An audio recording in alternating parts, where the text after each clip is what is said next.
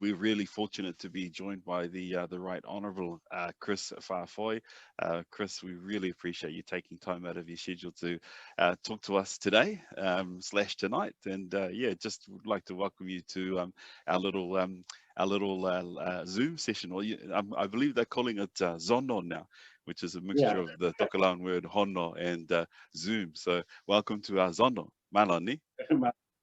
the Zono or Zui out here, it's been called. The Maoris have a big hui on the. Zoe, oh, that's awesome. That's awesome. So, hey, Chris, firstly, big congratulations. We'll just get the big Labour topic out of the way, but a huge success, and it's got to be really pleasing for yourself to see the support of such a large part of New Zealand Aotearoa. Yeah, it's a pretty stunning Saturday night. So that's exciting to be part of.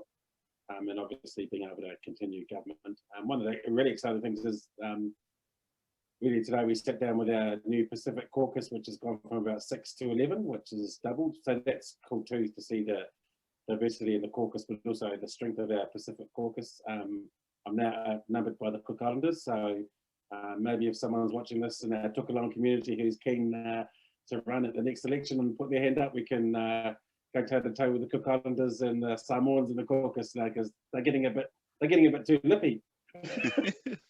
Well, it sounds like that would be a good challenge for our community, or for leaders, upcoming leaders in our community. And is that a personal invitation for them to contact you and get sort of hints and tips to lift us up? Absolutely, I might be the first, but I don't want to be the last. And whoever follows me has got to be better. So while I'm proud to be the first, I'm encouraging anyone who wants to take the step into that kind of leadership role to do it, because it's awesome to have a voice at the top table for our proud Tokelau community. Awesome. And speaking of leadership, the theme of Tokelau Language Week this year is Apo Apo Tau Hoe I Ngā Tāhua I Te Ngalu Tau. Ke mau mai, ke mau mai, ke mau mai. And really, essentially, from what I've learned, I've had to do my research, it means that we must hold firm to our paddles in our waka as we approach the shore of the land, because the waves coming back from the shore can be quite strong. So it's important that we hold our paddles together and we work together to push through that. So what that seemed, it's been a bit of a tough year this year, I suppose, and it's important that we've remained united as a community. Um, how do you see that theme fitting for yourself? Oh, look, in a very simple way, it's kind of honouring the passage that my parents' generation and the generations before them set for us. I guess moving from the beautiful Pacific Islands to some of the places here in New Zealand that they moved to was a big sacrifice, but they did it so they could offer a greater and different life for their children and their grandchildren. So it is about kind of honouring that and continuing to paddle that waka and trying to do them proud every day. Sometimes we don't always succeed on a daily basis, but I think if we keep remembering that there's big sacrifices to give us those opportunities, that even if days are tough, we keep trying to paddle and have have the horizon in our sights and have ambition. And when things get tough, I think that message that parents always gave us to kind of put our heads down, work hard, be humble, and try and set the next generation up is really important. Mm. Thank you for that. Really good advice. And one thing, being Tokelau Language Week, the language and the preservation of the language is a really important thing, especially with our Tokelau language. I believe it is an endangered language, and it's quite a challenge for particularly those of us, myself included, who were born outside of Tokelau, to learn the language and speak the language and be confident, because we don't really hear it in our schools or workplace or anywhere sort of in most of the times we're living here in New Zealand, for example. What would be your advice to anyone who just may not be confident with speaking our language, or want to just maybe just pick it up? Oh, you got to try and have a crack. And unlike you, Matt, I don't speak it fluently. I can understand a lot when it's being spoken by the elders, but even if you try a little bit, I think it's very much appreciated. But I think there's lots of people like you and I out there who might be watching today, who might be first, second, or third generation Tokelauans, who are fiercely proud of their heritage, but for no reason or no fault of their own, don't have the language available to them. So I think it's about making sure that a community acknowledges that there's an opportunity in our kids and our grandkids to feed that culture, not just the language, but some of the traditions and values that have come from the islands that I think are always there, and we might not recognise that they've come from the islands, but they're certainly what makes up our special nature as Tokelauans. So I'm certainly trying to do that with my kids and asking my mum to pass some of those things on that it's probably a little bit late for me to pick up now, but certainly with my kids, and it's lovely to see. Kind of sometimes when I'm with my mum, I hear her talking to my nephew in Auckland, and I'll do that prayer in Tokelau, and he knows it off heart now. So I know it's a little thing, but it's a big thing for my mum, and it's a big thing for my brother to hear his son do that. And I guess that can spark something from there that's really cool. Awesome. And like you say, every small step really counts, doesn't it? Which is just awesome to hear. You and I have the proud Tokelau culture in common. Tell me, what makes you most proud about being Tokelauan? I think that it's a small island nation, and not many people know about us, but when they do speak about Tokelau, they are really interested.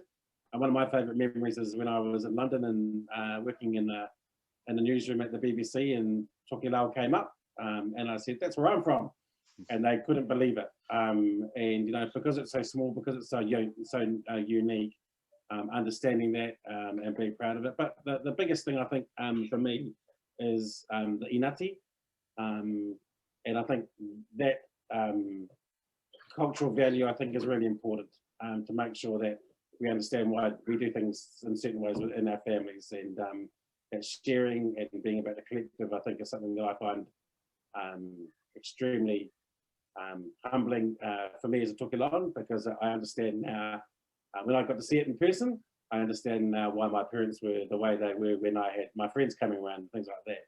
They were very sharing and caring, and even though I may not have wanted to share my dinner with my friends, they were getting some because they were there, and it's a lovely thing that I think is certainly being passed on to generations. Always look after hosts and make sure that everyone's looked after equally. Mm. And can you tell me, in terms of looking after and being a good host, what does this next 3 years hold for yourself? What's on the plans for you personally? Oh, look, I think the first thing is to maybe have a couple of days off. It's been a pretty grueling 6 or 7 weeks, but I certainly would like to continue to be a senior member of the government. That's given me some opportunities in my personal and private, personal and political life too. I've been able to travel to Tokelau twice in the last 2 years.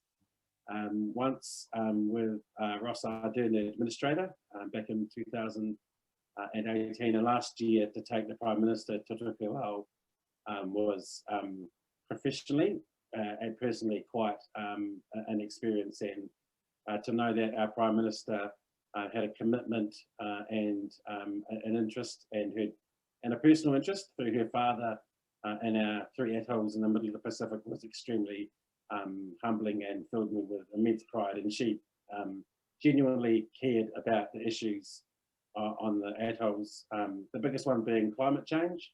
Then there's the day-to-day life there on the atolls around education and health provision and energy on the islands. And look, I think taking the voice of Tokelau to the United Nations, as she did last year when she heard the plight and the call and the challenge from the children on Nukununu, was amazing. She took one story from one young girl at a school in Nukununu and took that to the General Assembly of the United Nations, and I think that filled me with immense pride that she took that and was the voice for our little country to the United Nations. That was very humbling.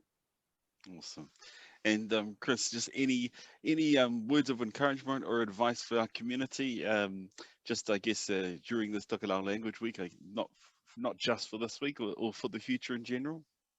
Oh, look, I'm just going to repeat one piece of advice that my dad gave me. I think while we're extremely humble people, I think sometimes that means we don't take opportunities that we're more than capable of taking up. And my dad always used to say, "Why not?" Because there's things that can I do that? And the question would be, why not? And there's a challenge in two simple words. So I know that we might be a small community here in New Zealand and a small community in the Pacific, but I think we've got many wonderful stories and qualities that can be in leadership positions. Look, I'm very proud to be a cabinet minister and to be Tokelauan, but I know out there that there's someone who's probably much younger and much smarter than me out there in our community, who I really want to see take up the challenge of being leadership in their community, whatever that might be. So again, while I might be first, I don't want to be the last. So please, we're good enough, we're well good enough, and if people put a challenge in front of you, then I just kind of remind people of what my dad would used to say to me: why not? And have a go and be proud and do your best, because that's all we can ask for.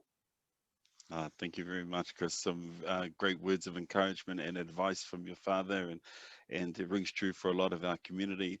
Just on behalf of our community, we just wanted to say how proud we are of you as one of our Tokelauan people, representing us at the highest level of leadership. It's just such a privilege to see you up there and carrying the hopes and dreams of our ancestors who have gone before us. So we are very grateful and humbled by the work that you have done and will continue to do to represent us. And we know for sure that in one way or another, you have inspired a lot of our community and our young ones to come to continue the journey and the steps that you've started for us, in the capital city and in the Beehive. And I am certain that we will continue that journey as well. So on behalf of our community, hake tai lahi lele, we thank you with humble hearts. So thank you once again for joining us today. It's been an absolute pleasure. And we look forward to hearing and seeing more of you in the near future.